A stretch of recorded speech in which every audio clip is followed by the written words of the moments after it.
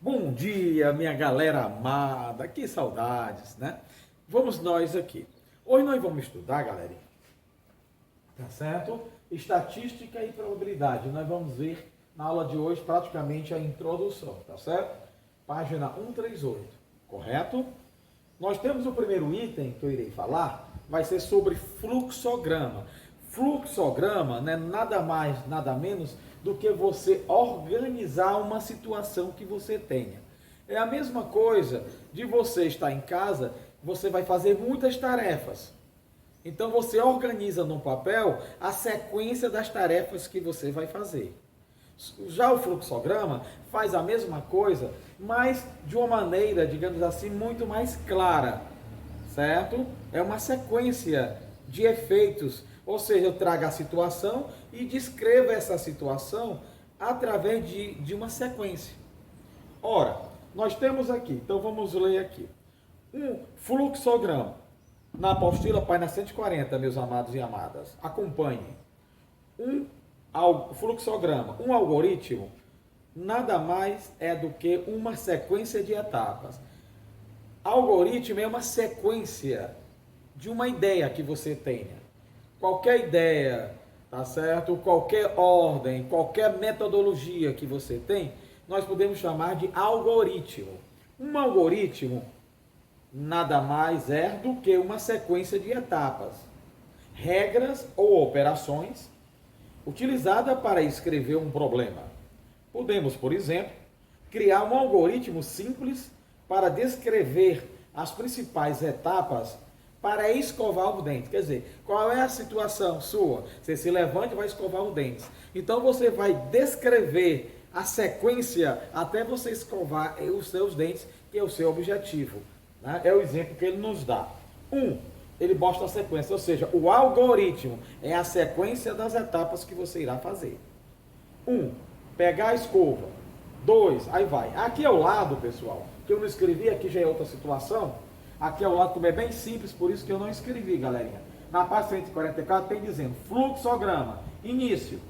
Primeiro, pegar a escova, você coloca um retângulozinho, que ao formato de retângulo representa um passo do processo. Então, cada retângulozinho desse, galera, é um passo do processo que você irá fazer. Primeiro passo, pegar a escova. Então, primeiro passo, pegar a escova, a setinha. Outro retângulozinho, qual é o outro? Colocar o creme dental na escova. Vai se colocar creme dental na escova. Terceira, escovar os dentes. Aí vem escovar os dentes. Escovar os dentes. Abrir a torneira. Enxaguar a boca. Lavar a escova. Fechar a torneira e guardar a escova. Fim. Quer dizer, terminou todas as etapas. Então nós temos o fluxograma de como a sequência de se escovar os dentes. Um fato, né, uma sequência que é feita dia a dia. Né? Ou seja, é feita durante o dia, melhor falando, 2, 3 vezes ao dia. Tudo bem. Então vamos agora, ao lado, este algoritmo está representado por meio de um diagrama chamado, esse diagrama de fluxograma. Beleza. Veja a seguir um exemplo de fluxograma em que algumas etapas dependem da condição ou da resposta. Que nós podemos responder como verdadeiro ou falso, esse par, ou nós podemos representar como sim ou não a uma determinada situação. Beleza? Repetindo, ou você vai para o verdadeiro ou falso, ou sim ou não. Eu prefiro sim ou não, mas tudo bem. A gente vê de acordo com a situação, tá? Então tem, esse aqui eu desenhei que é mais bonitinho. Eu coloquei em retângulo porque eu gosto mais de retângulo. Mas, ele diz aqui, é colocado em losango o formato, não, bem aqui, daqui. Nesse fluxograma, o formato de losango representa um ponto de decisão. Significa que não é só descrever as etapas como nós fizemos aqui, minha galera. Esse losango significa que depois da pergunta você vai ter que tomar uma decisão, sim ou não, tá certo? Ou verdadeiro ou falso, beleza? Eu prefiro sim ou não, como ele fez, tá? Eu acho mais viável, é o que se usa mais, tá? Então vamos nós, o fluxograma. O fluxograma é com relação à lâmpada, está acesa ou não está acesa, tá certo? Vamos à situação. Início, começou o fluxograma. A lâmpada está funcionando? Faltou interrogação. A lâmpada está funcionando? É azul. Tem uma interrogação aqui, não esqueci de botar. A lâmpada está funcionando, então você tem duas possibilidades. Ou você, ao olhar a lâmpada, diz que sim, a você olhar a lâmpada, você diz que não. Se você disser que sim, tá certo? Então nós temos o quê? O fim. Porque o objetivo não é responder se está funcionando ou não. Se está funcionando, fim, quer dizer, terminou a sua etapa. Agora, tem sempre o sim ou não. Vamos supor que ela não esteja funcionando, então não. Sim, vai ter o sim e vai ter o não. Se não está funcionando, vamos ver por que essa situação que ela não está funcionando. Aí vem a pergunta: a lâmpada está plugada, significa a lâmpada está ligada, tá? A palavra plugada significa lá no sul, nós usamos ligada e desligada, aqui eles usam plugada, tá certo? Para significar se está ligada ou desligada. Aqui no Nordeste usamos a lâmpada está ligada, que está acesa. A lâmpada está desligada, está apagada. Lá é plugada, que eles chamam. Então, plug viria de quê? Ligar uma lâmpada e pegar exatamente aquela tomada com dois pinos e colocar na tomada. Nós usamos aqui. Lá, plugada significa ligada ou desligada para os sulistas, tá? Voltando aqui, a lâmpada está plugada. Você responde que sim ou que não. Seria a mesma coisa de você perguntar, tá certo? Correto? Seria a situação. Se a lâmpada está ligada, né? Quer dizer, está com o interruptor ligado, seria a mesma pergunta. A lâmpada está plugada? Se você responder que não, se não está plugada, pessoal, ela não pode estar acesa. Se ela não está ligada, como é que ela vai ligar sem energia, se você não ligou o interruptor? Então, se você responder que não, aí você coloca plugar a lâmpada. Se você quer acender a lâmpada, a única maneira que tem é plugar a lâmpada. Aí eu automaticamente venho para cá. A lâmpada está funcionando. Aí vem a pergunta, né? Está aqui o motivo, a justificativa. Então nós terminaríamos aqui. Vamos para outra situação. A lâmpada está plugada? Se eu responder que sim, quer dizer, você ligou a lâmpada, tá certo? Você ligou a lâmpada, mas ela não está acesa, que você respondeu que ela não está funcionando, ela não está acesa. Ela está plugada, sim. Quer dizer, você ligou a lâmpada, mas ela não está acesa. Se ela não está acesa, aí vem aqui, a lâmpada está plugada, você respondeu sim. Certo? Se você respondeu sim, aí vem a pergunta: tem energia? Significa, se não faltou energia, se tem energia elétrica para ela acender? Aí responde, tem energia? Se você responder que sim tem energia, então eu preciso trocar a lâmpada, significa que ela está queimada. Então eu preciso trocar a lâmpada. Aí chegamos ao final, tá certo?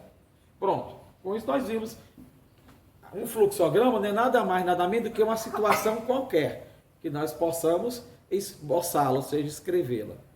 Beleza? Viu como é fácil? Beleza. Então, o demais exercício fica para vocês fazerem, que é só uma página de exercício, muito pouco. Então, vamos falar agora sobre tabelas e gráficos.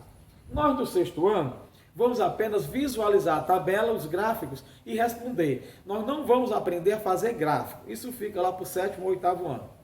Nós vamos aprender a fazer a leitura do gráfico ou de uma tabela. Significa você olhar a tabela, ler a tabela, entender e responder alguma coisa que seja perguntado para você em relação a essa tabela ou esse gráfico. É isso que nós vamos aprender agora. E vamos ver que é fácil. Vamos nós. Tabelas. Existe uma parte da matemática chamada estatística, que é responsável pela coleta, organização, análise e interpretação de dados, números sobre os mais variados assuntos. Muitas vezes, os estudos estatísticos são baseados em uma grande quantidade de dados numéricos. Assim, para facilitar a visualização desses dados, é comum o uso de tabelas e gráficos, tá certo? Para apresentar uma situação qualquer, usa-se tabelas e gráficos. Por exemplo, de uma eleição que nós estamos tendo agora no dia 15, você tem as tabelas e gráficos, temos as pesquisas estatísticas, quem está tantos por cento, né? Fulano de tal tem tantos por cento, outro tem tantos por cento, quer dizer, é a probabilidade daquele candidato ser eleito, ter a maior votação, né? É dada em porcentagem, não em números através de porcentagem. A estatística faz totalmente esses cálculos. Esses dois recursos são muito empregados na divulgação de informática, como os resultados de pesquisas eleitorais, como eu acabei de falar, né? E a variação de preço de alguns produtos, né? As tabelas e os gráficos devem apresentar títulos que evidencia o assunto abordado e fonte que informa a origem dos dados. Por exemplo, agora mesmo, né? Um dos itens da cesta básica que subiu mais foi o arroz, né? O arroz teve um aumento financeiro de tantos por cento. Significa que o preço do arroz aumentou aquela porcentagem que é dada em dados estatísticos. Significa isso. Tudo bem. Temos aqui uma tabelinha, pessoal. Ó, campeonato e vice-campeonatos da Copa do Brasil de 2010 a 2017. É uma tabela estatística, né? É uma tabela de dados que nós temos, já concretizados. Em 2010, né, o campeão com relação à Copa do Brasil, assim vai todos os campeões, né? Até 2016, 2017, né? Aí temos aqui, pessoal, um layout da tabela. O que é que significa? Aqui representa o ano que foi campeão, o campeão daquele ano e aqui o vice-campeão, tá certo? Qual time ganhou mais vezes a Copa do Brasil de 2010 a 2017? Quer dizer, nessa tabela de 2010 a 2017, qual deles foi mais campeão? Foi o que ganhou mais títulos. Se você olhar, Cruzeiro só foi um, Grêmio, Palmeiras um título, vai. Palmeiras 2 títulos. Então quem ganhou mais títulos aqui foi o Palmeiras. Tá aqui, Palmeiras, tá? Palmeiras ganhou a maior quantidade de títulos. Ganhou 2 vezes na faixa de 2010 a 2017. Com isso aqui a tabela nos revela, pessoal, dados sobre uma situação. Tudo bem. Entendeu como é fácil? É facílimo, pessoal. Lendo e fazendo exercício não tem nada difícil. O difícil é quando não se faz. Quando não se faz exercício, realmente a coisa fica difícil. Quando não se presta atenção e não assiste o vídeo do titio para aprender, também torna difícil. Mas se assistiu o vídeo, refez o exercício que eu fiz na classe aqui, e faça o exercício da apostila, é só nota 10. Só garanto. Vamos nós. Temos gráfico de barra. Coisa fácil. Olhando para esse gráfico, quantidade de estabelecimento de educação básica no Brasil por região. Quantidade de estabelecimento de educação básica. Quer dizer, os nossos colégios, né? Da educação básica, né? Que nós temos. Temos aqui, tá? Aqui na horizontal são as regiões, tá? Nordeste, Norte, Nordeste, Sudeste, Sul, Centro-Oeste. São as regiões que nós temos aqui do Brasil. Na parte vertical, nós temos a quantidade de estabelecimento, a quantidade de colégios, né? Nós podemos falar assim para vocês entenderem melhor. Quantidade de ensino, de colégios que nós temos em cada região. Por exemplo, a região norte, ela tem em torno de 22.642 colégios, vamos supor, para ensino básico. Vocês estão fazendo do sexto, se não me engano, é do sexto ao nono, né? Ensino básico é do primeiro, né? Do primeiro ao nono, né? Ensino básico? Do primeiro ao médio. Do primeiro ao ensino médio. Ao ensino médio, tudo bem. Estou perguntando a uma amiga aqui. Então, 22.640 estabelecimentos na região norte. Na região nordeste, já temos 65.860. Então, no lugar de colocarmos na tabela, colocaremos num gráfico. E esse gráfico é chamado gráfico de barra, porque são as barrinhas. Em cima da quantidade, a quantidade de estabelecimento. Em cima da quantidade vertical. E na horizontal são as regiões. Região sudeste, nós temos total de colégios, 59.663 colégios. E assim vão todas. Como você está vendo, o gráfico também é uma tabela. Esse gráfico chama-se gráfico de barra, que é as barrinhas colocadas. Não é fácil a interpretação? Para vocês, a interpretação. O titio vai colocar essa tabela e vai perguntar. Na região nordeste temos quantos estabelecimentos de ensino? Aí tem item A, B, C, aquele negócio todo. Aí vocês respondem. 65.806 estabelecimentos. Não é mais fácil do que isso, não tem. É muito fácil. Vamos em frente. As barrinhas podem ser horizontais, verticais ou horizontais. É a mesma coisa. Na horizontal, aqui é a quantidade de matriculados. Por exemplo, essa tabela. Quantidade aproximada de matrícula na educação básica por etapa de ensino no Brasil de 2017. Etapas de ensino. eu tenho educação infantil, ensino fundamental, ensino médio, educação de jovens e adultos, educação especial e educação profissional. Nós temos esse tipo de educações aqui no nosso Brasil, tá? E aqui vai ser quantidade de matrícula feita em milhões. Significa, ensino fundamental. Ensino fundamental nós temos da onde, pessoal? Nós temos em torno de 27,3 milhões de matriculados. Nós temos no ensino fundamental no Brasil 27,3 milhões de alunos matriculados. E assim vai, pessoal. Né? É só vocês, só a interpretação, eu te pergunto a quantidade, vocês olham e marcam a resposta. A realidade é isso, um gráfico. Gráfico é a maneira de representar os dados, tá, galera? Nós temos também o gráfico de barras duplas. Vamos ver. Os gráficos de barras duplas são úteis. Estou mostrando a página e vocês olham na apostila de vocês. Vocês têm a apostila em casa, é só olhar, né? É apenas mostrando a localização, tá? Os gráficos de barras duplas são úteis para comparar dois ou mais valores de uma mesma categoria. Veja dois exemplos, tá? Veja dois exemplos. Tá dando para ver direito? Não. Tá, né? Tá bom. Então veja os exemplos, galerinha.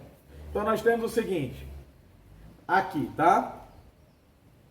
Temperatura máxima e mínima registrada em algumas regiões brasileiras no dia 11 de 6 de 2018. No dia 11 de 6 de 2018, a temperatura máxima e mínima das capitais brasileiras, tá? Aqui é a máxima e a mínima. Então, a mínima é o gráfico menor e a máxima é o gráfico menor em cada estado do Brasil. Aqui na horizontal ficam os estados. E em cima dos gráficos fica a temperatura mínima e máxima atingida por cada estado.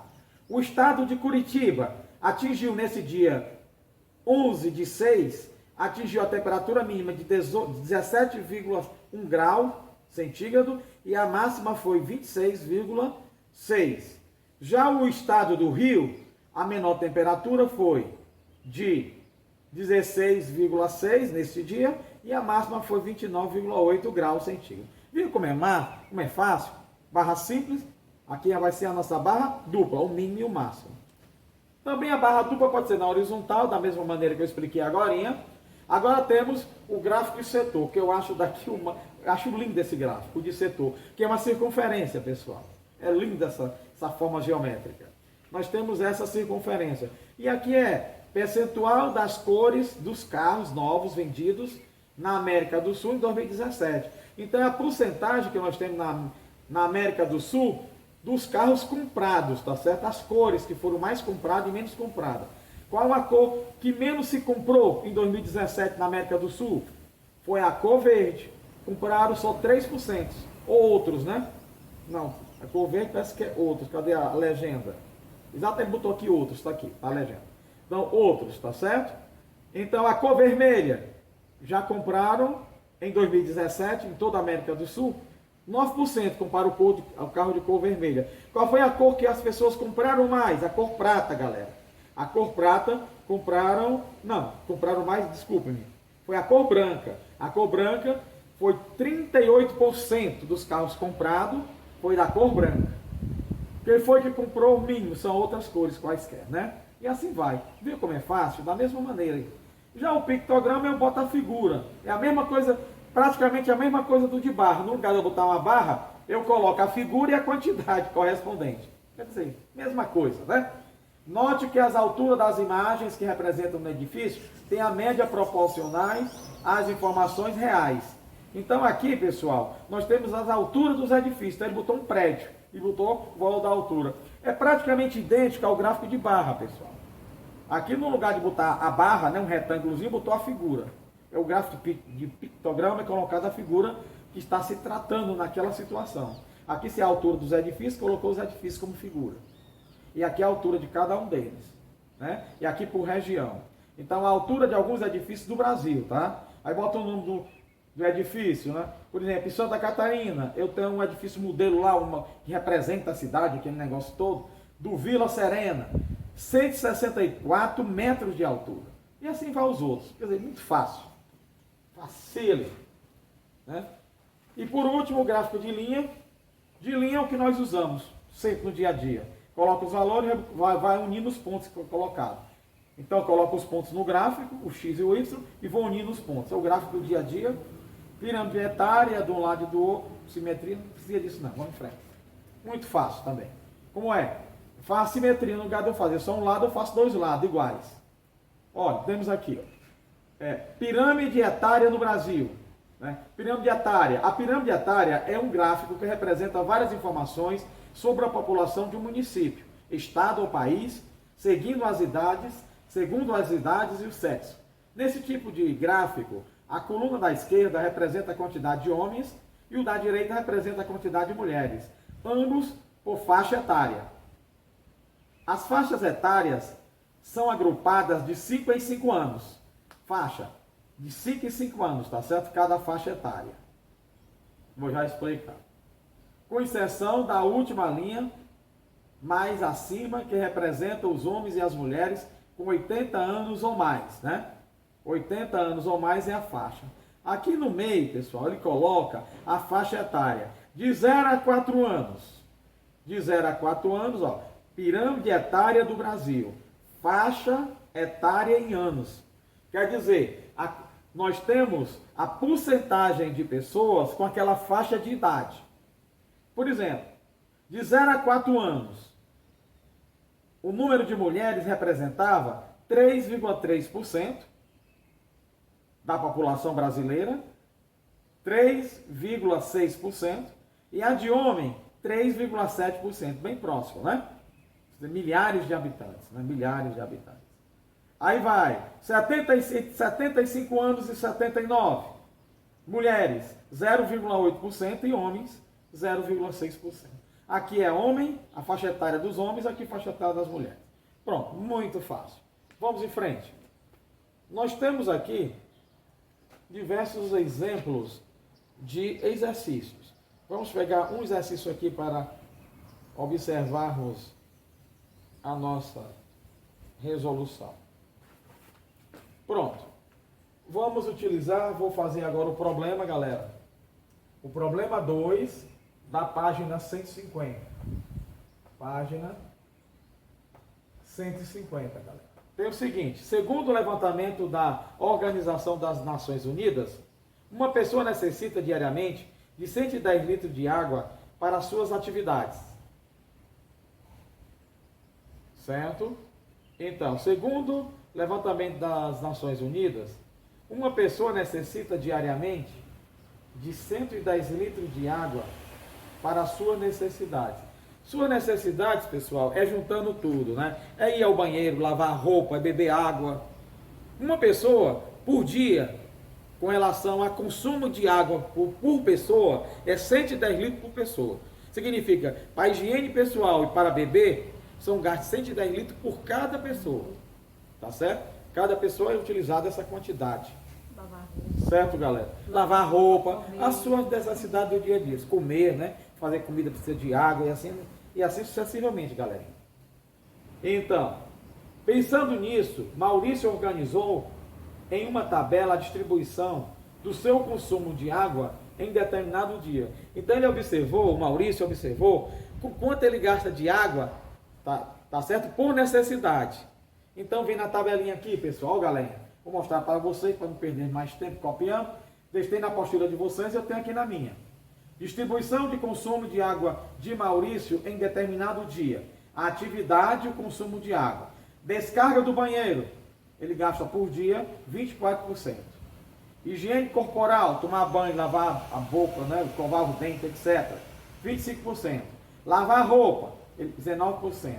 Limpeza da casa, 6%. Lavar uso utensílios de casa, lavar a louça, fez a comida, lavar o prato, o 18%. Ingestão e preparo de alimentos, é água gasta para quê? Para cozinhar o arroz, cozinhar o feijão, fazer o macarrão, 8%, tá, pessoal? Essa aqui, é com essa tabela que nós vamos responder as perguntinhas, tá? O item A, vamos para o item A. Primeira perguntinha, em qual das atividades da tabela Maurício gastou maior quantidade de água neste dia? Maior foi aonde, pessoal? Maior quantidade de água. É a maior porcentagem, galera. É a maior porcentagem. Qual delas é a maior porcentagem? O 25. Então ele gastou 25% em o que, pessoal? Em o que? Higiene corporal, né?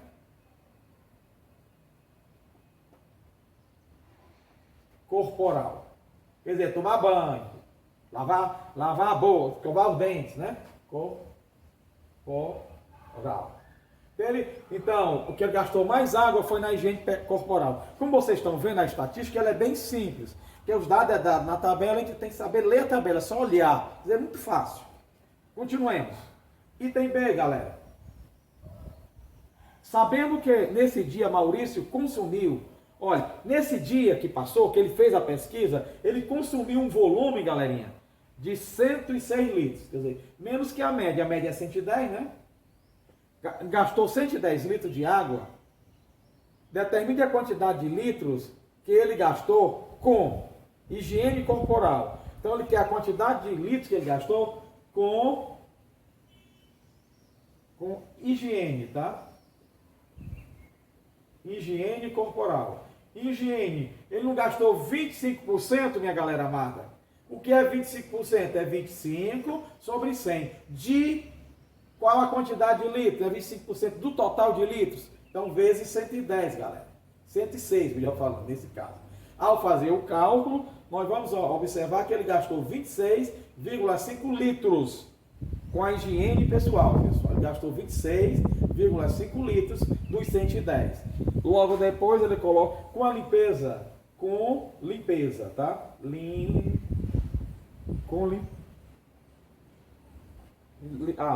a casa, melhor falando.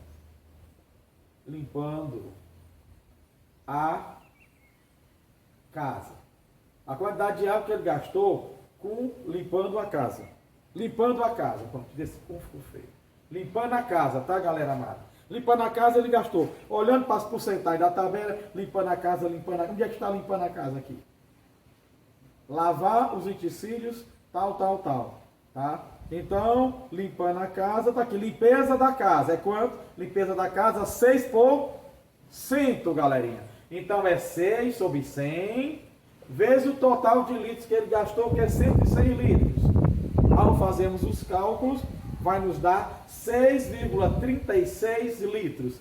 Então, limpando a casa, ele gastou 6,36 litros com a limpeza da casa. Com isso, vocês estão vendo que realmente é bem simples os nossos exercícios, amados e amadas. Certo? São bem simples. Aqui outro exercício.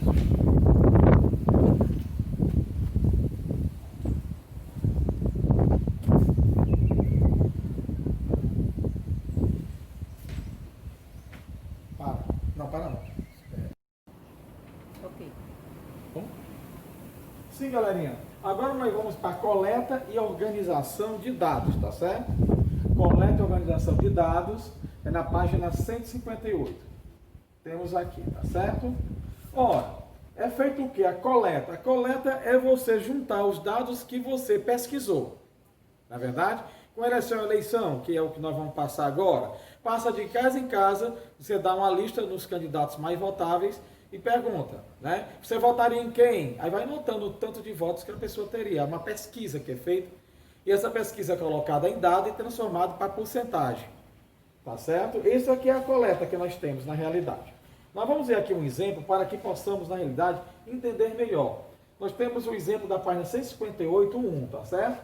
Tem o seguinte: a professora do sexto ano D de um certo colégio fez uma pesquisa de sala de aula com a intenção de saber, na opinião dos alunos, qual era o colega de classe mais dedicado aos estudos. Observe como ela anotou o resultado de votação. Então ela pegou o quadro e foi notando os mais votados. O aluno ia citando os nomes e ia dizendo qual seria o mais estudioso, né? Qual seria aquele, né, que é mais dedicado aos estudos, né, digamos assim. Então, o que foi que eu fiz? Peguei os dados que ela estava na lousa e organizei uma tabela, pessoal. Aqui, números de alunos ou alunas. Eu coloquei os mais votados. Rafaela, é na ordem, Tiago, Amanda, Bruno e Victor. De acordo com a ordem, nessa sequência. Olha, coloquei os alunos. Número de votos é só contar. 3 de Rafaela, 5 de Tiago, 10 de Amanda, 4 de Bruno e 5 mais 3, 8. E 8 de Victor. Foram os votos que foram obtidos. Beleza. O item A, ele pergunta, segundo os dados, na opinião dos alunos, qual é o colega mais dedicado aos alunos e quantos votos obteve? O mais dedicado é aquele que teve mais votos. Quem é? Amanda. Amanda e obteve quantos votos? 10 votos. Você está vendo? Ao observarmos, Amanda obteve 10 votos. Foi a maior quantidade, a mais votada foi ela. Item B. Com base nas informações apresentadas, complete o gráfico de colunas para representar o resultado da pesquisa. O gráfico de coluna, aqui nós temos o quê? Os alunos, né? Alunos e alunas. Alunos, né? Ou alunas, né? Alunos ou alunas. Aqui o número de votos. 1, 2, 3 até 10. Foi o máximo. Por exemplo, Rafaela não obteve 3 votos. Então eu boto uma colunazinha, coloco o Rafaela lá embaixo e em cima a quantidade de votos que a Rafaela teve. 3. E correspondendo, lógico, essa coluna é o número 3. E aqui está na vertical. O Tiago obteve 5 votos. Então olha o 5, traço tracejadozinho. Faço um retângulo aqui para o Tiago. Exatamente batendo com 5 votos e coloco o 5 e coloco o TI, que é o Tiago. É a coluna de Tiago. Estou fazendo o gráfico de coluna vertical. Amanda obteve 10 votos. Então, olho por 10, traço tracejado. Começa a Amanda nesta colunazinha aqui, subo até o 10, faço a colunazinha e coloco o 10 e a M de Amanda. Bruno, BR de Bruno, foram 4 votos. Né? Traço um retângulozinho, boto o número 4 em cima. Já Victor, foram 8, eu faço um retângulozinho. Traço o 8zinho daqui, deu 8. Então, Vitor tirou 8 votos. Com isso, o gráficozinho está totalmente feito. Fizemos uma de gráfico de coleta de dados. Coleta de dados foi a tabelinha que eu fiz, de acordo com o que a professora escreveu, e fiz no gráfico de coluna, que é o mais usado. Sim, galerinha, com isso, terminamos a primeira parte, vamos para a outra, né? Agora vamos aprender média aritmética. Rapaz, que coisa fácil, é facílimo, é facérrimo isso aqui. Como é que se faz? Média aritmética é só você somar os dados e dividir pela quantidade de dados. Para isso, nós vamos para a página 163, vamos fazer um exercício sobre o assunto. É uma matéria bem fácil mesmo. Tem assim, o exercício 5. Marina sempre deixa um livro na cabeceira de sua cama e todas as noites, antes de dormir, ela lê algumas páginas. Observe a quantidade de livros lidos mensalmente por ela no primeiro semestre de 2018. Então ele deu os dados. Esse aqui, galerinha, são os dados. Eu vou organizar esses dados numa tabelinha. Foi o que eu fiz, olha. Meses que ela leu, qual mês que ela leu, e aqui o número de livros. Aí coloquei os meses, janeiro, fevereiro, março, abril, maio, junho. Aí 7, 8, 5, 3, 3, 4. Foi o número de lidos em cada mês. Como é que eu acho a média? Eu sumo todos os livros e divido pela quantidade de meses. Vou saber quantos livros ela vai ler por mês. Eu sumo a quantidade de livros e divido pela quantidade de meses. Então, o total de meses são 6. Somando 7 mais 8 mais 5 mais 3 mais 3 mais 4 subdividido por 6, vai dar 5 livros. Então, em média, ela leu 5 livros por mês. Significa o quê? Que cada mês, a média é a seguinte, cada mês a mesma quantidade. Então, cada mês ela lê 5. É como ela tivesse cada um dos meses lido 5 livros que vai cobrir o total. No mês de janeiro, 5, fevereiro mais 5, março mais 5, abril mais 5, maio mais 5 e junho mais 5. Com isso, cobre toda a quantidade de livros, lendo a mesma quantidade por mês. Então, a média foi de 5 livros por cada mês que a Amanda leu.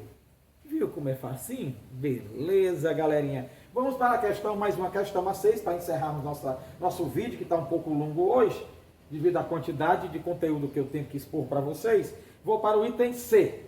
6, contanto que vocês entendam, e é só fazer do mesmo jeito que o titio está fazendo. Então, vamos acertar tudo. Tenho nem dúvida. Vamos aqui. A questão, qual que eu vou fazer? Deixa eu ver aqui. O 6, questão 6. Vou ler agora, tá? Observe na tabela, de novo, ele deu uma tabela, do mesmo jeito da outra. Ele deu uma tabela bem extensa. Neste caso foi até mais fácil, ele já deu a tabela prontinha, né? E sobre essa tabela, ele vai fazer perguntas sobre ela. Beleza? Vamos nós. Observe na tabela, a tabela ele deu, tá aqui a tabela já prontinha, tá vendo aqui? A altura dos jogadores de uma equipe. Então, essa tabela é a altura dos jogadores de uma equipe, tá certo? De basquetebol. Certo? Ele deu a tabela e vai fazer a pergunta. Qual jogador dessa equipe é mais baixo? E qual é a sua altura? Se vocês pesquisarem e olharem aqui todinhos, tá? Eu já coloquei. Então, o mais baixo é Anthony. É o mais baixo. E tem 1,75 metros de altura. O mais baixo é 1,75, que é o Anthony. Os outros são todos mais altos do que ele. Beleza. Vou para o item B. Usando uma calculadora por quê? Porque os números são muito quebrados e a quantidade de números são grande. Você pode até usar, eu não gosto muito, mas pela quantidade de números vocês usam. Eu já coloquei. Ele quer que encontre a média, usando a calculadora, calcula em metros a média das alturas dos jogadores dessa equipe. Então a média das alturas, eu sumo todas as alturas, tá aqui as alturas, ó. 1,75 mais 1,92, somando todos. Essas, mais essas todas aqui. Eu coloquei, como eu não posso colocar todas, que a quantidade é bem elevada, eu coloquei a primeira e coloquei a última. 1,75 mais 1,92 vai somando cada valor desse, somando todos. Depois de somar todos, o último é 2,2. Dividido pela quantidade de jogadores. Se você contar, dá 15 jogadores. Dividir por 15. Ao fazermos os cálculos, dá 1,94 metros por jogador. A média de altura de todos os jogadores é 1,94 metros. Vamos para o item C. Quantos jogadores dessa equipe têm a altura abaixo da média calculada e quantos tem acima da média calculada? A média calculada é essa. Ele quer saber quantos alunos tem abaixo dessa média aqui. Se vocês contarem, abaixo são 8 jogadores, só você contar quantos estão abaixo de 1,94. São 8 jogadores abaixo e acima são 7 jogadores da média. Acima são 7 jogadores da média. Então, acima de 1,94 são 7 jogadores. Abaixo de 1,94, que é a média, são 8 jogadores. Com isso, concluímos a questão 6. E para casa, vai ficar 141, 142, 149, 150, 151, 152 e 162. Não se preocupe que parte desses exercícios eu já fiz no vídeo de hoje. E por que a quantidade de página? É porque cada questão de estatística é uma questão por página ou 2 questões por página. Então, o número de questões ficam muito poucas.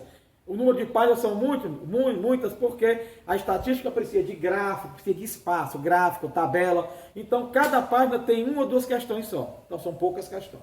Galerinha, terminamos a nossa aulinha de hoje. Um abraço a todos, tá? Estuda direitinho o vídeo, faça o exercício que vai ser nota 10. Tchau, galera!